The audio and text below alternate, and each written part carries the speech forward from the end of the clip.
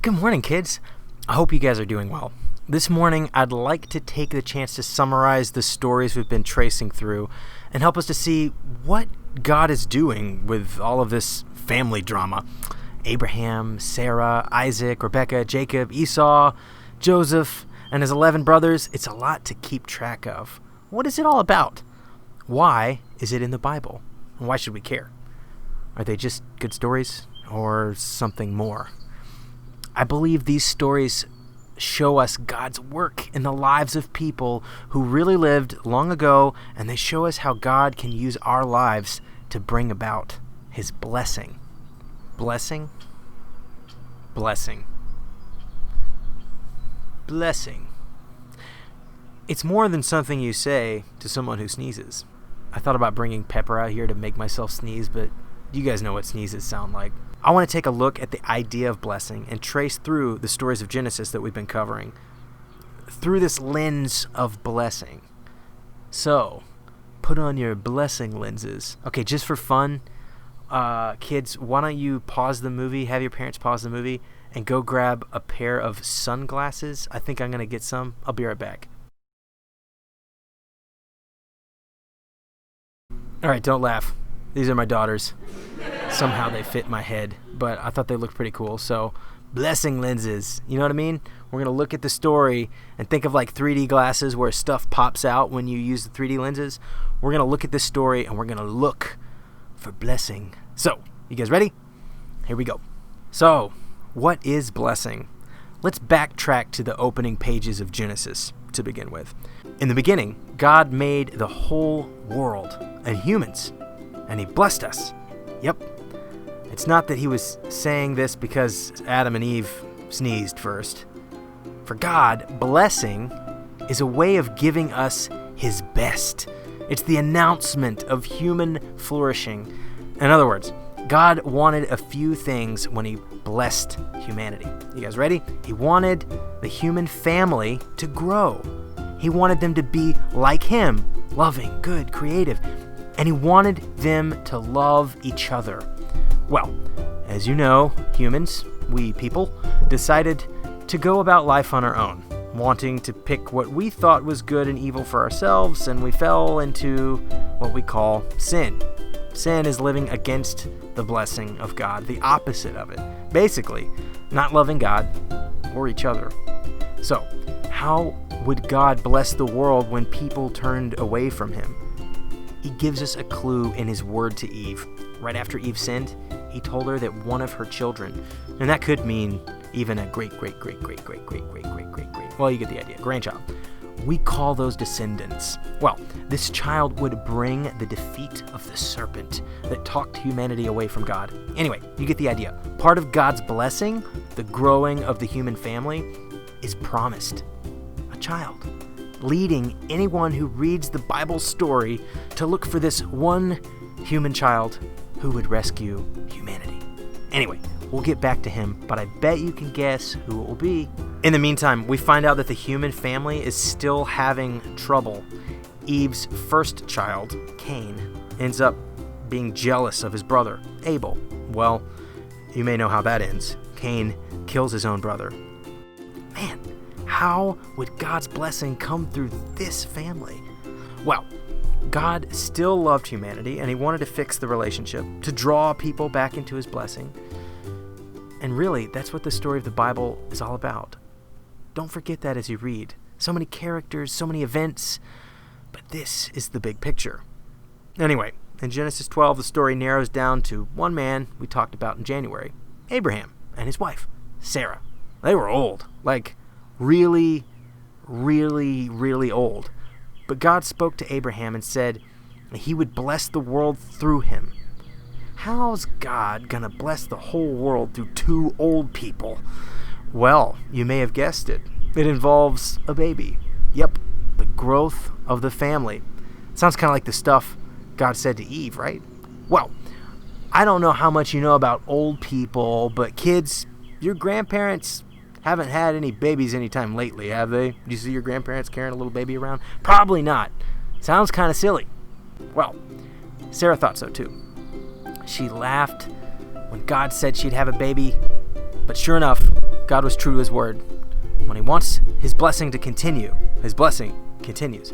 So, surprised, Sarah gets pregnant and has a child in her old age, Isaac. Okay, great. So you think some old people had a baby. Hallelujah. Good for them. But what does that have to do with God blessing the whole world? Well, that baby Isaac grew up and became a man, and he married a woman named Rebecca. And I bet you know what God will do next. He blesses them with not one baby, but 2 babies. Twins. Y'all know I'm a twin, right? All right. We're all excited.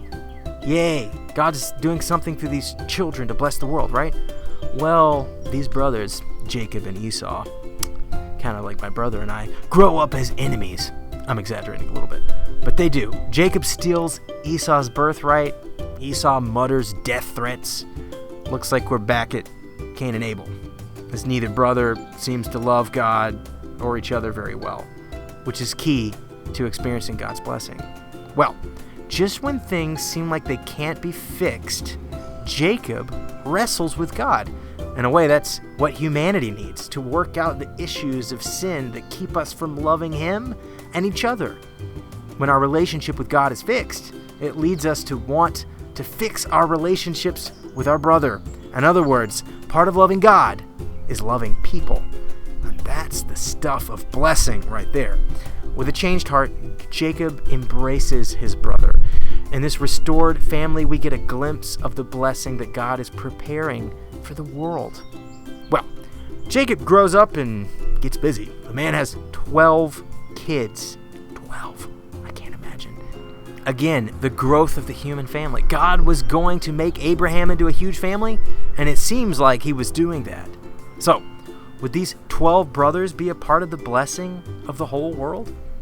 Well, you know from our last few weeks of kids ministry videos that these 12 brothers didn't exactly love one another, did they?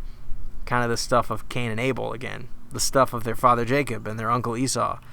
It was with them too. The unloving reality of sin that pits brothers against each other. You know what they do? They conspire to kill their brother, but end up throwing him into a hole and selling him into slavery. If God was going to bring people back into his blessing, he would have to help them learn to love each other. Well, you know the story, and if you don't, you can watch the last few weeks of kids ministry videos. Great casting, by the way. Riveting cinematography. Sorry, couldn't help but plug my own. But yes, Joseph, sold into slavery in Egypt. God blesses him. He flourishes, rising in responsibility. Joseph, through the ups and downs of his life, sees God's presence, God's blessing with him even when things are terrible. He becomes second in command in Egypt and leads them through a famine. That's when everybody goes hungry. But they didn't, because Joseph was there and he was experiencing and helping others experience God's blessing.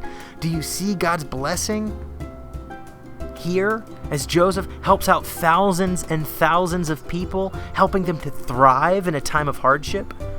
Sounds like God's blessing to me. And as you know from the story, he doesn't just help Egypt. He helps the whole ancient Near Eastern world.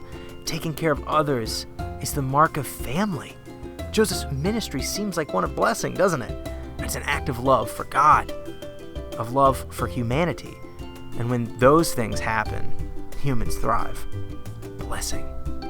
And even in Joseph's family, the brothers come together tearfully, restoring their relationship as family.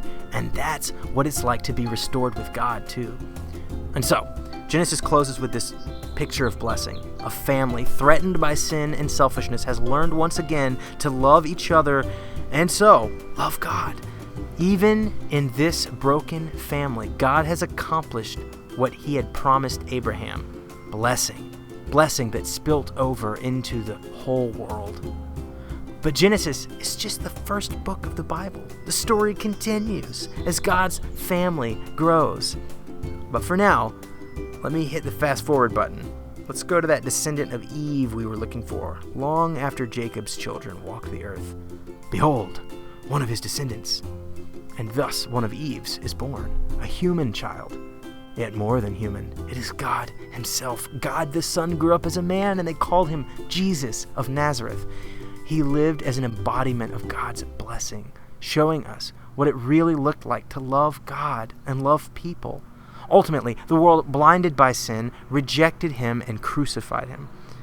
But just like the harm Joseph's brothers did, it was used by God for good. The worst rejection of God's blessing became the source of it.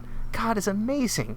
And when we believe in, follow, and love Jesus, we learn the way of blessing, the love of each other, and the love of God.